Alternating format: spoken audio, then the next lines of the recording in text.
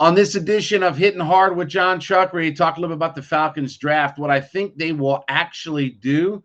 Plus, we will talk to our Locked On Braves reporter, Jake Mastriani, and we'll have a few follow-ups about the Braves as they get ready to take on the Chicago Cubs after a disappointing weekend series against the Miami Marlins. It's Hittin' Hard with Jon Chuckery on Locked On Sports Atlanta.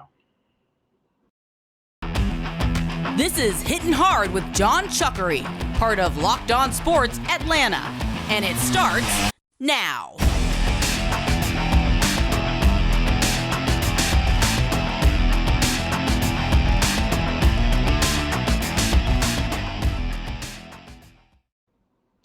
Welcome into Hittin' Hard with Jon Chuckery on Locked On Sports Atlanta, as we are just a couple of days away from the NFL draft. It's like Christmas comes early for us in the springtime, right? Want to remind you, go to our YouTube channel, go to the YouTube page, go to youtube.com. In the browser, click on or find, if you would, search for Locked On Sports Atlanta. Pull that bad boy up, subscribe it, give us a review, tell us what you think about the show, leave us some comments. Always appreciate your feedback as part of it. And, of course, you can follow me on Twitter at JMCH316. Now, we talked a little bit yesterday about the NFL draft and sort of where I'm at. And I said I'm cautiously optimistic about what the Falcons are going to do in this draft. Now, with that being said, I want to have the best of expectations. So what do I think the Falcons are realistically going to do? I do think that the Falcons are going to take a defensive player with the 8th pick. And I'm not sure that they will trade back or whatever like that, although I'd like them to. But I'm just going to kind of assume let sort of things play out the way that they are. They sit at 8.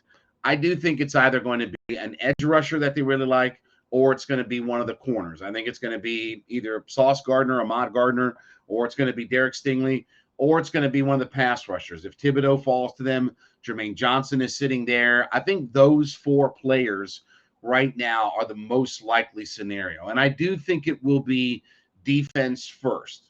So I don't think it will be quarterback. I don't think that's the position that they're going to invest in first. And I don't think that it's going to be wide receiver. I think some of the things that the Falcons have done. I don't think offensive line either, by the way, too. So let me figure that in.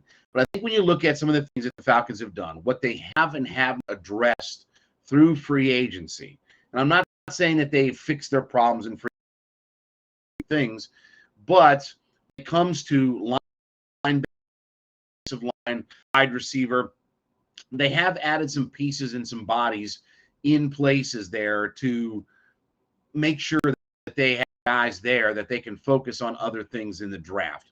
What they haven't addressed, and they know this, I mean, they have to know, right, that they're so deficient in their pass rush that you can't play in the NFL with the kind of guys they've played with the last couple of years. Now, remember Dean Pease' exit interview, if you will, the final thing that he did before when the season was over. He talked about 2 things that the Falcons had to get better at. Number 1, sacking the quarterback and pass rush. That was number 1, first thing that came out of his mouth. The other part was, too, is being able to man up on wide receivers and play, straight man if they need to in their secondary. Then, you mix and match everywhere else. So that's why it leads me to believe that this will be, at least in the first round, a defensive-minded pick. I would be surprised if it's something else. The other part about wide receiver, too, is if you go back-to-back years with wide receiver, if you go tight end, unicorn, whatever you want to call Kyle Pitts, if that's what you go at 4 last year, and then at 8 you turn back around and grab wide receiver, then why'd you get rid of Matt Ryan? Because you don't have a quarterback. Marcus Mariota's highest number of pass attempts in a season is around 450. I think the exact number is 453, okay? The last 4 years, Matt Ryan averaged 600 throws. So Mariota's not a guy who's going to stand back there, huck it all around, throw it all over the yard. And it's not like he didn't have talent, not like they didn't invest in wide receiver, but that's not what he does. He's not a throw it 600 times guy. Well, if you draft Kyle Pitts and you draft a wide receiver this year at 8, what the hell are you going to do? You're going to run it 50 times a game? You still can't block anybody up front. You still don't have a whole depth of quality running backs. And what would you have all these top pass catchers for if you're not going to, throw the football? You think Marcus Mariota is going to turn into a 700 pass attempt quarterback because he comes over with Arthur Smith? That's not going to happen. So that's why it doesn't make sense even from the how we play football standpoint. Do the Falcons need a wide receiver? Yeah.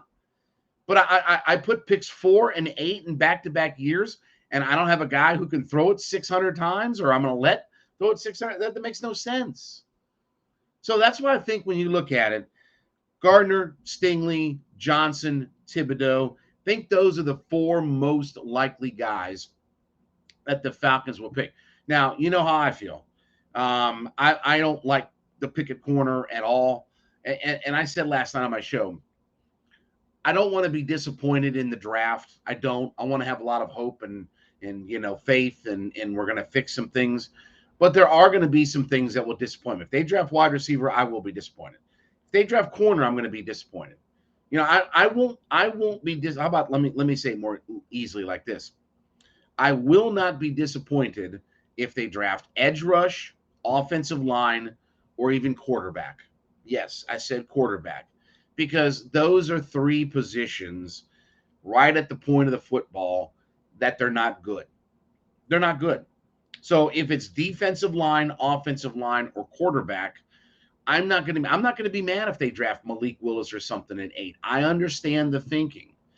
I don't understand the thinking if we start talking about guys who are way out here on this side, way out there where they play, way back here where they play. The football, here's the football, right? Putting the football down right here, okay? And I draft a guy who's way down there, and another guy who's way down there. That doesn't help my team. That doesn't make my team better. That doesn't fix any of the things that are causing me ill. And I think when you look at the offensive line pieces that they've added, they talked about competition. You look at some of the linebacking with Evans and Carter, right? They've got some of that fixed, plus Debo's back, this, that, and the other. You look at what they did at corner. They added Casey Hayward. He's an absolute starter in the NFL. Plus you brought back Isaiah Oliver. You kept Kendall Sheffield. Excuse me. You did some things to just kind of keep your secondary. Doesn't mean they won't. I'm not saying that they won't draft some of these guys, but it seems like that they have at least gotten through what the first round pick would be there, where they haven't really gone after anybody. And they've done that with a wide receiver with Auden Tate and some of the guys that they've brought in. I think, they're going to try a myriad of guys out there, but they haven't truly fixed pass rush. That's one thing that they haven't truly fixed, and they really haven't sunk in and addressed yet. So I think the 4 most likely picks: Gardner, Stingley, Johnson, Thibodeau. I think those are the 4 names most to look at when the Falcons draft coming up on Thursday. All right, when we get back, we're going to talk to our Locked On Braves reporter, Jack Mastriani, who, of course, covers the team, does a great job for us here on the network as the Braves get ready to take on the Chicago Cubs for a 3-game set. It's all next on Hittin' Hard with Jon Chuckery on Locked On Sports Atlanta.